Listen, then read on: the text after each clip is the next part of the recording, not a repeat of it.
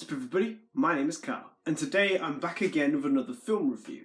So, we're going back to July, and we're going back to Spider-Man Far From Home. Directed by John Watts, this film takes place 2 months after the events of Avengers Endgame. So this film is set in 2023, due to the fact that in Endgame there was a 5-year time jump.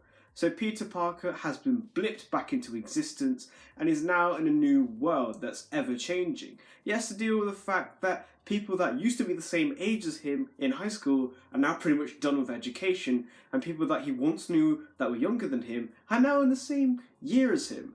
And of course, on top of that, Peter's got to deal with the new issues of being kind of realistically the only active Avenger right now due to what happened in Avengers Endgame. And sadly, Peter has to still deal with the tragic loss of losing his mentor, Tony Stark. Fortunately for Peter, there is a 2-week European school trip in the summer. That means that gives Peter the chance to unwind and take a break from being a superhero, and also the chance to ask out his crush, MJ, out. But unfortunately, Nick Fury has other ideas for the Avenger, as he wants to assign Peter on a mission to stop these mystical creatures, the Elementals, from destroying the Earth. Peter won't be fighting these Elementals alone, as he's joined by a noble warrior hero from another Earth, Quentin Beck, or known as by Peter's friends, Mysterio. So Peter really has to make some really big decisions. Is he going to step up and be an Avenger, or is he going to step down and just be a high school kid? Not everything, though, is what it seems.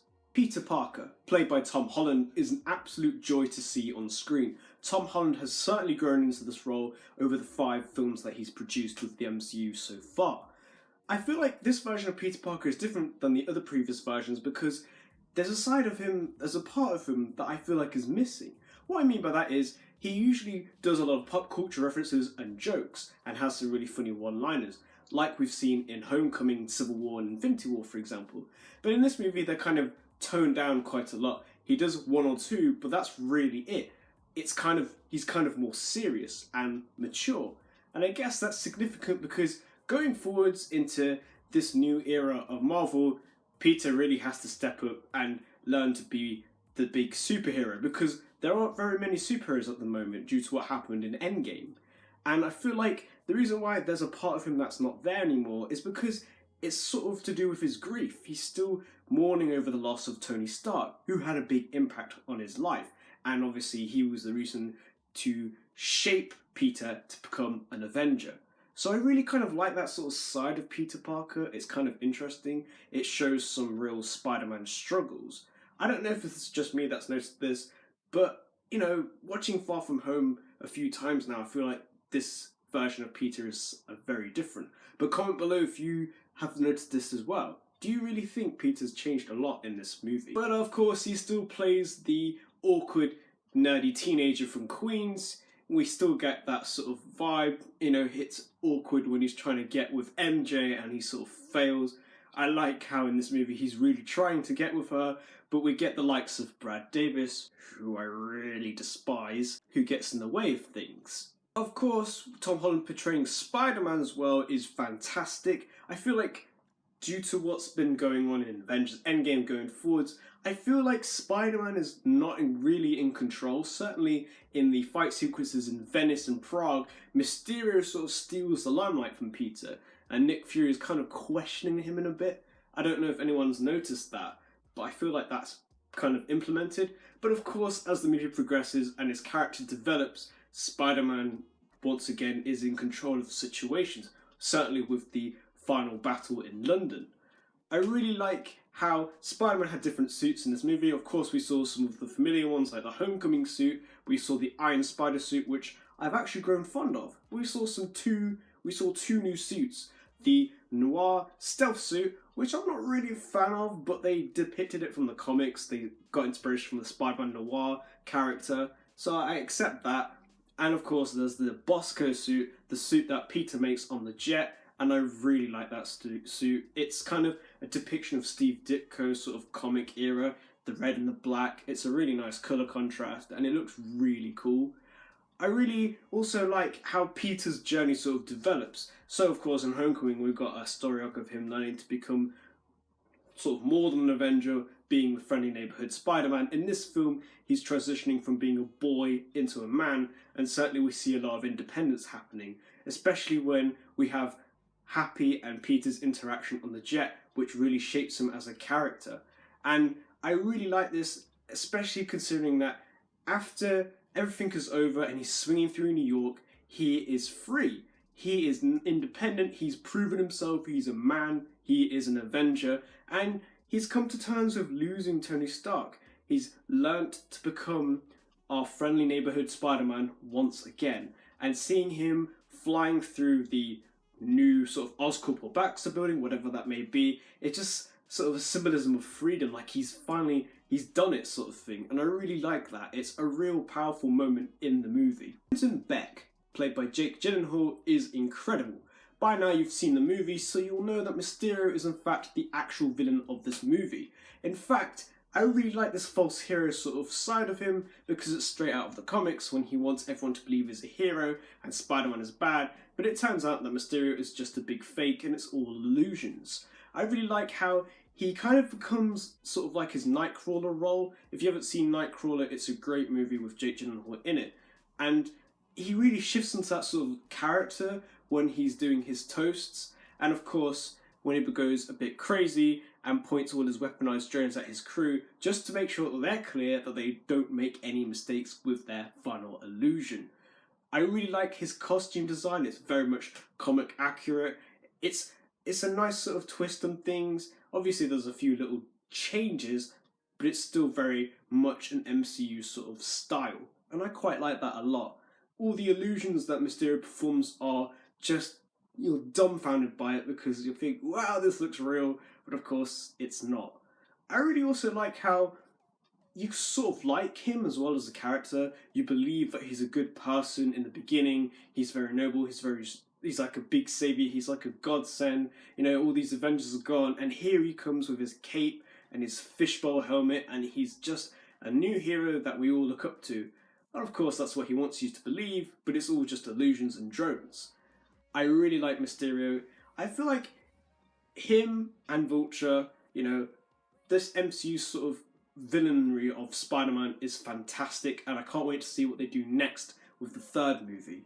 Favourite sequences? Well, I liked Peter and Happy's interaction on the plane. Of course, going forwards, Peter is shaped more to become independent and a man, and I really like that. It's a very powerful sequence. I really like the uncut 4 minutes that were in the actual movie. Peter's montage of how he gets his passport and ends up fighting the Manfredi crime family in a restaurant with the guy in spider suit. That was entertaining. But my favourite all-time sequence is definitely the big illusion sequence that Spider-Man is put into by Mysterio in Berlin, when Mysterio finds out that Peter knows about Mysterio being a fake. The visual effects, the CGI and the colours used in that illusion sequence were incredible. I really like how they derived some things from the comics with Mysterio getting big, for example his big fist punching Spider-Man, how his fishbowl helmet morphs from the moon. I really like how Peter gets trapped in the snow globe with all these other New York iconography, including the Avengers Tower, and obviously zoomed out, it's actually Mysterio's fishbowl helmet. I really like how Mysterio tormented Peter in such a very bad way that they ended up getting hit by a literal train. The coldest but kind of coolest part of that illusion sequence was the zombie Iron Man bit. Of course, we know that Peter's dealing with the loss of Tony Stark, so what does Mysterio do? He decides to create a zombie Iron Man to scare the crap out of Peter and make him feel very bad. I also thought it was really cold when Mysterio decided to throw MJ off the Eiffel Tower, as of course that's where Peter was going to tell MJ how he felt about her. Man, Mysterio really wanted him to suffer. He even tells Peter that he's just a scared little kid in a sweatsuit, and that Mysterio is the truth. The good points of this film. I actually really like how this is not based in New York and it's based in Europe. Peter's trying to enjoy his school trip with his friends in different countries. And it's nice seeing these familiar iconography landmarks. For example, when they go to Venice, Of course, if you've seen my Italy vlogs, you'll know that me and my friends actually went to Venice. So seeing that on the screen going, oh, we went there, was kind of nice to see that. Cinematography and editing, CGI were incredible. The CGI, the visual effects, very believable and very interesting. The colours were very good, nice summer colours, very nice sort of tone within the movie, of course being a summer flick, it sort of also references that. I also like the fact that it's still got that John Hughes style vibe, which of course was in Homecoming and was an influence for the director John Watts. I like how Peter's character develops some different relationships with different people, so we see more development with him and MJ. Of course, eventually at the end they end up together, a bit too easily I think, but hey, I guess it kind of makes sense. After all, it was about Peter trying to get with MJ as well as him being an Avenger. I also like Peter and Happy's relationship as it changes and shifts. Happy becomes more of an Uncle Ben role, and I really kind of like that. Jon Favreau as Happy is a really nice character, and sort of there for Peter, obviously dealing with the loss of Tony Stark. He knows how he feels, and he basically tries to help him a lot and grow as a character, which he actually manages to succeed. One of my favourite parts of this film, and one of the best points of this film, is definitely that post-credit scene when Mysterio outs Spider-Man, reveals his secret identity to the rest of the world. We got to see Joe Jonah Jameson, and it left everyone on a big WTF cliffhanger. As in, what are they going to do next in the third movie, which is what everyone is sort of questioning right now. As of course, we finally got Spider-Man back in the MCU for the third Spider-Man film and hopefully another Avengers movie. I sort of want to know what they're going to do next, and comment below your theories down below as to what you think will happen in the third Spider-Man film. What villains are we going to see? I hope we get to see Kraven the Hunter, as I would really like to see that, as well as the Scorpion, for example. The bad points of this film. I really didn't understand why they decided to cut 4 minutes from the movie. The whole sort of Peter montage of him getting his passport, going to Mr. Delmore's shop to get some electronics, him fighting the Manfredi crime family in his Iron Spider suit. I don't understand how that impacted the movie. Apparently it was cut due to pacing issues, but really it added on to the film what he's up to after the events of Endgame and how he prepares for his trip and how he manages to afford that necklace for MJ. And obviously seeing his struggles. Of course he's not a wealthy kid, and it'd be nice to sort of see that sort of side of him trying to sell his toys to give MJ this gift. It really shows a lot of humanization of the character. I'm not a huge fan, if I'm being honest, of the Edith glasses. I understand their sort of concept and why they were used in this film, as of course Tony Stark used to have them, as we saw them in Infinity War, so he could use his protocols to control things with his glasses, hands them down to Peter, but of course Peter gives them away by accident to Mysterio, and then eventually he gets the glasses back. A fanboy rewrote Far From Home on YouTube and changed things around. Instead of the Edith glasses, it was a whole scenario with the Iron Spider suit, how it's affecting his spider sense, because of course in Far From Home we get references that Peter Tingle isn't working properly, but of course by the end of the film Peter uses his spider sense to take out Mysterio's final illusion, and it was an incredible sequence. But of course this Iron Spider sort of storyline I feel like sounds a bit more interesting in a way, as in this sort of storyline Peter hands the Iron Spider suit to Mysterio, who then ends up turning himself into an actual villain, and of course Peter has to defeat this proper villain instead of the illusionist. But it would have made sort of Mysterio's sort of comic book depiction a little bit different, but that's okay because it's sort of more development and a little bit more interesting. But I haven't really got a big problem with the Edith glasses, and I kind of got over the whole storyline thing and accept them for what they are. Overall, I actually really enjoyed Far From Home. I liked how Mysterio was the villain of the movie and he was incredible. The casting is perfect. The fact that it's set in Europe, so it's not in unfamiliar territory, is interesting. I really like how Peter makes his own suit in the movie. Yes, of course, I don't understand why they cut the 4 minutes from the film, and the Edith glasses storyline, I'm okay with it, but I feel like the Iron Spider storyline is a bit more interesting. I reviewed Homecoming, and of course you saw how hyped I was for it, especially from my trailer reactions. I gave it a 9.5 out of 10. I feel like I was being a bit too generous. I still like Homecoming, make no mistake, but I would honestly give it a rating of 8.5 out of 10.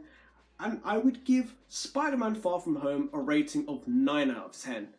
Of course, that is my opinion alone, and some people may disagree with that, but I kind of enjoyed it as a Spider-Man film. We saw a lot of Peter's struggles, we saw how he overcame those, and we saw him become more independent and his own sort of superhero. And going into the third movie, that is going to be important because now he is on the run and everyone knows his identity. So who knows what he's going to do next. So comment below what you thought of Spider-Man Far From Home. What did you think of it? Did you like it? Did you not like it? What were your reasons? Your favourite sequences? Did you like Mysterio? What did you think of Spider-Man in this film? Were there any other characters you enjoyed? What do you think will happen in the next movie? And who do you think the villain will be in that? Like and subscribe, and I hope to see you again for another film review. Bye.